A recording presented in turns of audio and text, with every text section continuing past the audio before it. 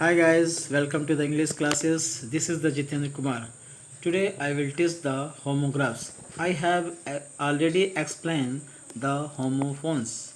Now look at the two or more words which are the spelt the same but differ in the meaning, origin or pronunciation are called the homographs. यहाँ पे आप देखेंगे दो या दो से अधिक शब्द जिसके स्पेलिंग सेम हैं बट उसके मीनिंग डिफरेंट है, नहीं उसके मीनिंग अलग अलग हैं। प्रोनाउंसिएशन कॉल्ड द होमोग्राफ्स, इसके जो प्रोनाउंसिएशन है वो डिफरेंट है। What is the meaning of the homographs? Homograph means homograph is made of the two words homo plus graph. Homo means होता है सेम यानी एक जैसा, ग्राफ मीन्स होता है राइट यानी कि लिखना। Look at this sentence. A turban is a long piece of the cloth that you wind around your head. Second sentence, the cold wind made by teeth chatter. तो यहाँ पे देखेंगे कि फर्स्ट सेंटेंस क्या है, वाइंड है, second sentence wind है। Both are the same spelling, WIND।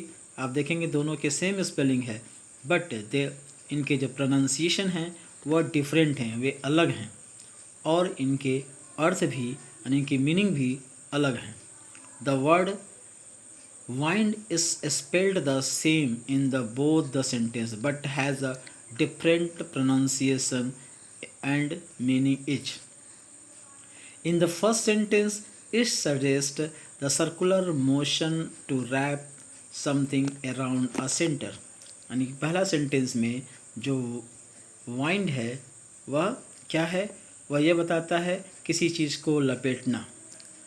तो इसका अर्थ भी यानी कि इसकी जो प्रोनाउंसिएशन है वह क्या है, वाइंड है और इसका अर्थ भी डिफरेंट है यानी कि लपेटना। Second sentence, the second sentence talk of the wind. Wind, the cold wind. Wind means होता है हवा का चलना। तो आप देखेंगे इसका प्रोनाउंसिएशन डिफरेंट है लेकिन वर्ड मीनिंग सेम है दोनों की, लेकिन इसके अर्थ भी अलग अलग हैं। सेकंड, विंड मीन्स होता है हवा का चलना। तो इस तरह से आप such pair of the words are called the homographs. Look at the next page. There are the many words in the English language that have two syllable, यानी इंग्लिश लैंग्वेज में दो साइलेबल्स हैं। Are used both as a noun as a verb, एक noun के तौर पर use किया जाता है और एक वर्ब के तौर पर यूज किया जाता है। In all such words when it is used as a noun, जब ऐसे ही हम नाउन के तौर पर यूज करते हैं तो the trace is on the first syllable. तो हम देखेंगे कि जो फर्स्ट साइलेबस पर एक बहुत ज़्यादा स्ट्रेस है, स्ट्रेस मीन्स दबाव है।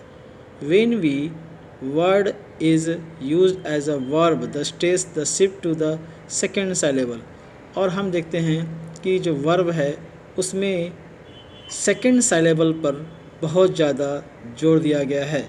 जैसे आप यहाँ देख सकते हैं कि फर्स्ट है कॉन्ट्रैक्ट। कॉन्ट्रैक्ट, कॉन्ट्रैक्ट मीन्स क्या होता है, समझौता। कॉन्ट्रैक्ट, कॉन्ट्रैक्ट मीन्स समझौता। कॉन्ट्रैक्ट यानी यहाँ पे जो फर्स्ट सिलेबल है हम फर्स्ट सिलेबल पर ज़्यादा स्ट्रेस देते हैं, कॉन्ट्रैक्ट। तो कॉन्ट्रैक्ट मीन्स समझौता। Second contract, second contract means contract, इसको हम क्या पढ़ेंगे, कॉन्ट्रैक्ट। कॉन्ट्रैक्ट मीन्स बढ़ना या आकार में। उसी तरह से हम देखेंगे फर्स्ट में कंटेंट। कंटेंट, कंटेंट में यानी कि फर्स्ट सिलेबल में काफ़ी दबाव है, इसका मीन्स होता है संतुष्ट। Second content, content, content. अब यहाँ पे देखिए सेकंड सिलेबल में काफ़ी ज़्यादा दबाव है। उसी तरह से यानी सेकंड का मतलब होता है किसी को संतुष्ट करना। फिर हम देखते हैं next produce. Produce, produce means यानी कि डेयरी प्रोडक्ट। सेकंड प्रोड्यूस ये क्या है, आपका वर्ब है। इसका मतलब होता है यानी कि make manufacturing, make our manufacturing, किसी वस्तु को मैन्युफैक्चरिंग करना, बनाना। तो प्रोड्यूस, प्रोड्यूस। उसी तरह से हम देखते हैं कि इम्पोर्ट, यानी फर्स्ट जो है हम यहाँ पे ज़्यादा यानी फर्स्ट लेवल में ज़्यादा स्ट्रेस देते हैं और सेकंड में कम। इसका मतलब होता है इम्पोर्ट मीन्स यानी आर्टिकल्स या कोई सर्विस। सेकंड इम्पोर्ट, यानी कि bring goods from the company, यानी किसी चीज़ का इम्पोर्ट करना, यानी कि किसी चीज़ को मंगाना। फिर हम देखते हैं एक्सपोर्ट, एक्सपोर्ट हम यहाँ पे फर्स्ट साइलेबल में काफ़ी जोड़ देते हैं, यह नाउन है और एक्सपोर्ट मीन्स होता है अ प्रोडक्ट आर सर्विस। फिर हम सेकंड में देखते हैं एक्सपोर्ट, हम यहाँ पे सेकंड साइलेबल पर काफ़ी जोड़ देते हैं और यह इसका मतलब सेंड गुड्स और एनीथिंग। अब हम आते हैं रेफ्यूज़, अब हम यहाँ पे देखेंगे रेफ्यूज़ मीन्स होता है वर्डलेस, बेकार, यह नाउन है। अब हम सेकंड सेंटेंस में देखते हैं रिफ्यूज़, यहाँ पे रिफ्यूज़ यानी हम यहाँ पे देखते हैं कि यह रेफ्यूज़ है। रेफ्यूज़ यानी कि यह आप पर यानी कि वर्ब है और इसमें सेकंड साइलेबल पर हम ज़्यादा स्ट्रेस देते हैं। उसी तरह से अब हम देखते हैं लास्ट रिकॉर्ड यानी कि फर्स्ट साइलेबल पर हम काफ़ी जोड़ देते हैं। This is the verb record things are contain piece of the evidence about the past, यानी कि यह नाउन है। और सेकंड